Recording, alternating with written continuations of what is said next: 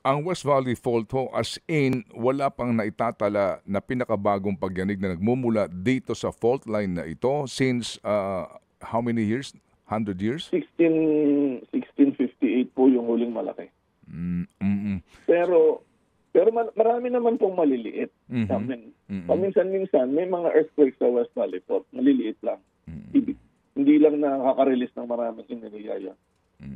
So dito po sa West Valley Fault, ang inyong pagtansya, maximum nito na maaaring magnitude ay 7.9? 7.2 ang tinatawag naming maximum credible earthquake. Ibig sabihin, ang most likely na pinakamataas, 7.2, base sa haba niya ng fault. And ito po, ang mga danger zone dito ay ito pong nasa area ng, can you mention, sir, please, saan sa mga lugar ito? Okay, sa Doña Remedios Trinidad, sa Norsagaray.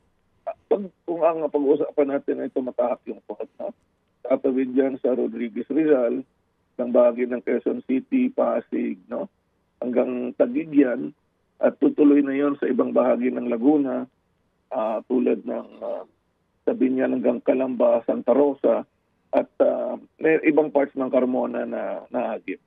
So, ibig po sabihin, nandyan yung fault. Kunti lang naman yung lugar na tinataha kasi ang kailangan lang natin iwasan ng 5 metro on both sides. Pero talagang pinakamatinding panganib sa paglindol ay yung malakas na pag-uga ng lupa or ground shaking. West Valley Fault ang kanyang pangalan, but sa inyong binanggit, it's more on the east side of Rizal. Metro Manila. Yes, opo. East side of Metro Manila, west side of Rizal. Mga kapatid, brothers and sisters, saan ka pa? Dito na tayo sa Totoo.